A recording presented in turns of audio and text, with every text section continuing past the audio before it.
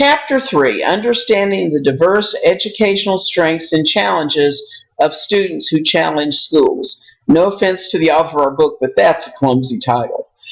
Remember, when we're doing the textbook lectures, I am not lecturing directly from the book because you can read. What I am doing is illuminating the themes from the book. And so what I'm doing is I'm going to the web and I'm finding topics that will take us deeper or broader than what your book did. I'm also trying to find things that will be specific to the areas where you teach, to this region, to Mississippi, and to topics that are directly related to the kind of job that you're doing.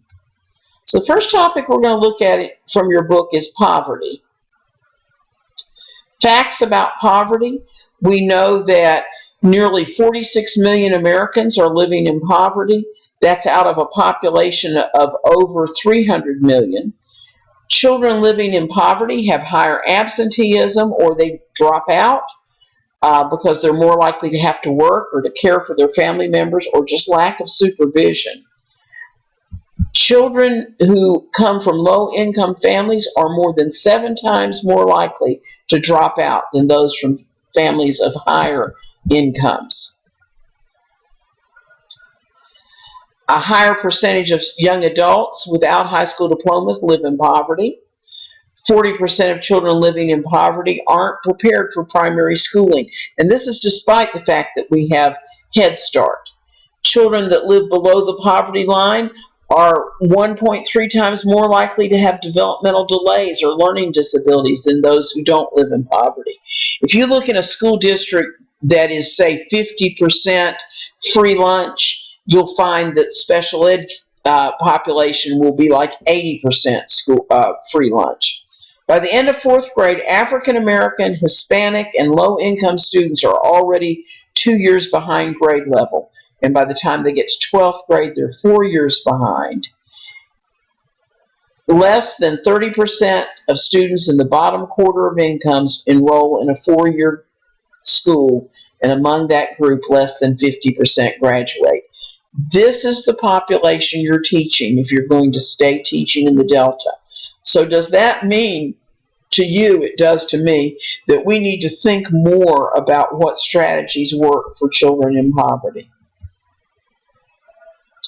The next topic your book mentions is immigration. In Mississippi, we have a program called the Migrant Education Program. It's housed at Mississippi State, and this information is from their website. So first is the difference between migrant and immigrant.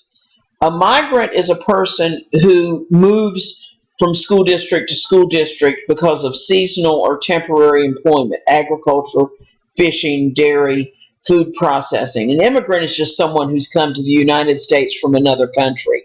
Not all migrant farm workers are immigrants, and not all immigrants are farm workers, obviously. Can a public school district or an individual public school in Mississippi refuse to enroll a child because the family cannot produce documentation regarding the child's citizenship or legal entry into the United States? And this may surprise you. When I first heard this, it surprised me. Students who live in Mississippi cannot be denied admission to public schools based on lawful or unlawful immigrant status. The school district is not obligated to find out whether a child is legally here, and even if they are illegally here, then they still have the same right to attend public schools as citizens and permanent residents. And in fact, the student's parents and district officials have an obligation to see the student attend school, even if they are illegal immigrants. Now, wrap your head around all the implications of that. How do limited English proficient students fit into the migrant education program? Students who have limited English proficiency have the right to an education just like everyone else, and so therefore, if a child is a migrant student and he has special language needs, then they have to provide them the services that they're entitled to, regardless of the fact that they're migrants. And so if they're entitled to special ed services, if they're entitled to services for English language proficiency, then the district has to serve them. What are the special education needs of migrant students? Well, I think it would make sense to you that if you're moving a lot, then you're going to have support as you move into new settings. Keep in mind, these kids are not just going from district to district within Mississippi, they're going from state to state. And each state has a different curriculum, different graduation requirements, different academic content or achievement standards. And so things like helping them overcome their cultural barriers, social isolation issues, health issues, advocacy, health, nutrition, social services, transportation, all those things, the school is obligated to meet those needs. So the next thing we're going to look at is cultural responsiveness. This is from a school district in Alaska, and I thought this was really interesting. This doesn't apply to all different cultural differences, but this is a neat way to think about it. What they were looking at was science, and they said, okay, the traditional native understanding is holistic and includes physical and metaphysical world and emphasis on practical skills. But in Western science, we do part to whole, limit to evidence of observable things, and trying to understand how. And so an organizing principle would be that the universe is unified by a body of knowledge that is stable but subject to modification. And the habits of mind, well, the Western science tends to be skeptical, whereas the native science tends to trust inherited wisdom and have respect for all things. And so you combine the two and you get honesty, inquisitiveness, perseverance, and open-mindedness. I won't go over this whole chart because you will have a copy of this PDF, but I just thought this would be an interesting way to think about it. If you were talking about Hispanic kids, what does their traditional knowledge look like? And then compare that to Western science, and then what would the common ground be? For African American knowledge, what would be the way that the traditional African American culture looks at the world? Compare that to Western science and see what our common ground is. Next thing your book talked about was ELL. And this chart, and again, I'm not going to go over this in detail. You can look at it in the PDF, but this chart talks about, for instance, with oral comprehension and listening, here would be an example. Student does not respond to verbal directions. Is this a language difference because the child's second language is English? Then you would look to see if they had a lack of understanding of vocabulary. But if it's a possible learning disability, then it means that the child consistently demonstrates confusion when given verbal directions. So what this chart does is it tells what the problem is in the first column. In the second column, it tells what it would look like if the child had English as a second language. And in the third column, it tells what it would look like if it was a learning disability. And there are actually 2 pages to that chart. And so this would be a really good one for you to use to study for comps. Next thing your book talks about is discrimination and bias. And this talks about different ways to eliminate bias. Nurture each child's construction of knowledge, confidence, self-concept, and group identity. Provide each child comfortable, empathic interaction with people from different backgrounds. Foster each child's critical thinking about bias. And cultivate each child's ability to stand up for himself. So those would be goals.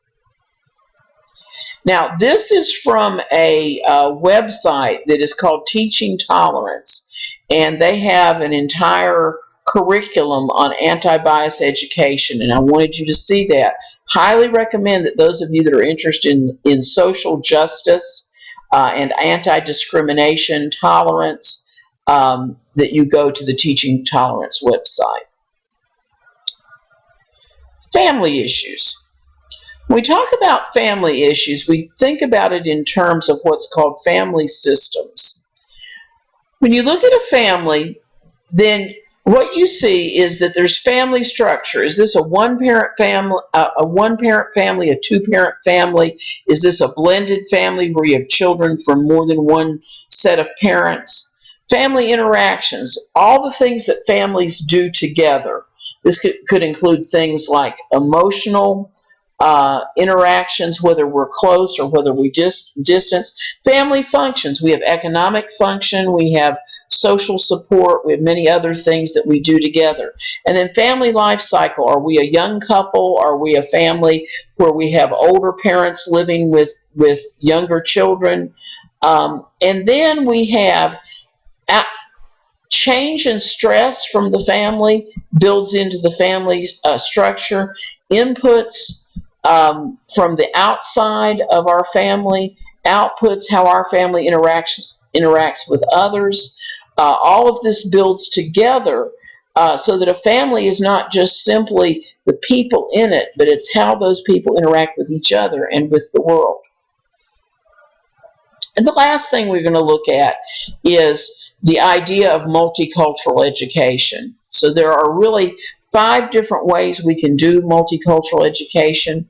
One is called content integration. That's where we use examples and content from a variety of cultures in our teaching. So if we're talking, for instance, about holidays and what different holidays are, then that would be content integration.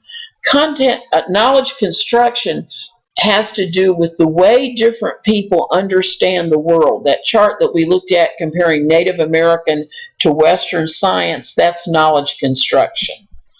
Prejudice reduction, how we try to help kids see that everybody deserves respect. Empowering school culture, allowing those of us in the school to build our own culture and connect it to the cultures of the children that we teach. And then equity pedagogy has to do with justice and equity for all the children that we teach. Now, I know this was a very rapid run through this chapter. This was just showing you various themes. The main point of this lecture is for you to save this PDF and use it in your future endeavors.